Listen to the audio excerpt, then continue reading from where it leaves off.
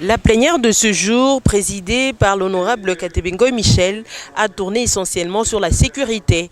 À cette deuxième étape d'interpellation, initiée par les députés Pablo Ngouège, l'auteur de la question a voulu être éclairé sur les tueries de jeunes de l'UNAFEC le 23 mars à Kilo-Belobé, mais également être élucidé sur la découverte des corps emballés dans des sacs. Devant vous, j'exprime le deuil de toute la population okatongaise à la suite du carnage du 23 mars 2023.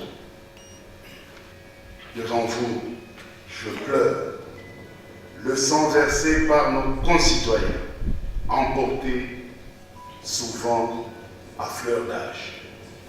Du haut de cette tribune, le ministre provincial de l'Intérieur en charge de la sécurité, Éric Mouta, a apporté ses éléments de défense aux parlementaires, tout en donnant quelques stratégies mises en place. Suivant les statistiques concoctées par les services de sécurité, la ville de Lubumbashi demeure l'entité la plus criminogène, suivie des villes de Kasumbalesa et Likasi. Après examen de ce mode opératoire qui est en plus nouveau dans le Haut-Katanga, et face en effet à ce qui semblait être le meurtre en série commandité par les ennemis de la République, des mesures ci-après ont été prises.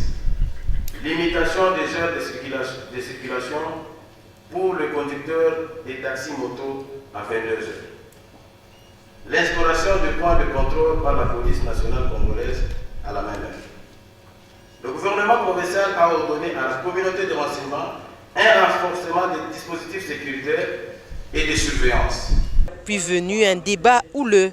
Plusieurs élus ont soulevé des préoccupations sur les événements du 23 mars tout en évoquant les chiffres de décès. Un délai de 72 heures a été accordé au ministre provincial de l'Intérieur, Éric Mouta, pour apporter d'autres éléments de réponse.